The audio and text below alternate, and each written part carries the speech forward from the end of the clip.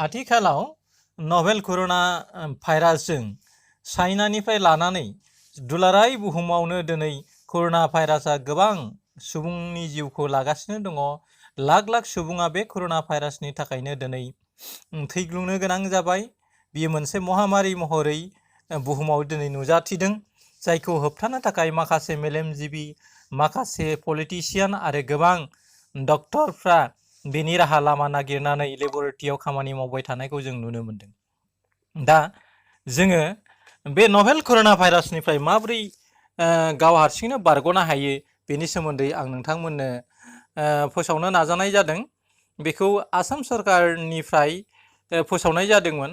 बेखौ आङो बर' रावाव दानस्लायनानै गासै रायजो राजाफोरखौ मिथिनो थाखाय आङो बेखौ फोसावनाय जादों।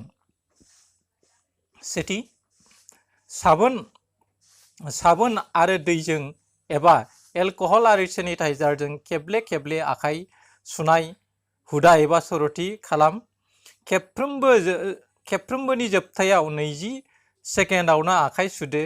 रासुवा थामहिनबा सुबुंद्राय जायगानिफ्राय फैफिननायनि उनाव एबा गुजुनाय, हादसिउनाय आरो गन्थं साखोन सिखोन खालामनायनि उनाव आखाइ सुनायखौ हुदा खालामदो। नैथि, गुजुब्ला एबा हादसिउब्ला जि, आखाइ, टिस्यु पेपार एबा आखाइ थालोजों खुगा आरो गन्थंखौ खोबथेना लानो नांगौ एबा ला एबा खोबथे। थामथि, सुयै थामहिनबा गाज्रि आखाइजों गन्थं आरो मोखांखौ दांनो नाङा। ब्रैथि, बाहायखोन्दा टिस्यु पेपारखौ फिन बाहायनो नाङा। गुजुनाय, हादसिउनाय आरियाव बाहायनाय जि-जोम, रुमाल आरिखौ थाब थाब सुना लादो।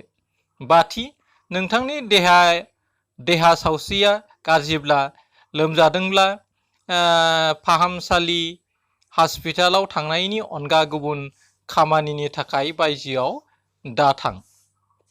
दथि, नोंथाङा देहायाव लोमजाज्रोम एबा नोंथांनि सावस्रिया असुस्थ' मोजांथि मोनाखैब्ला थामहिनबा सोरखौबा जोथोन लाबाय दंब्ला अब्ला खुथोब मास्क मुखा गाननायनि हुदा खालामदो।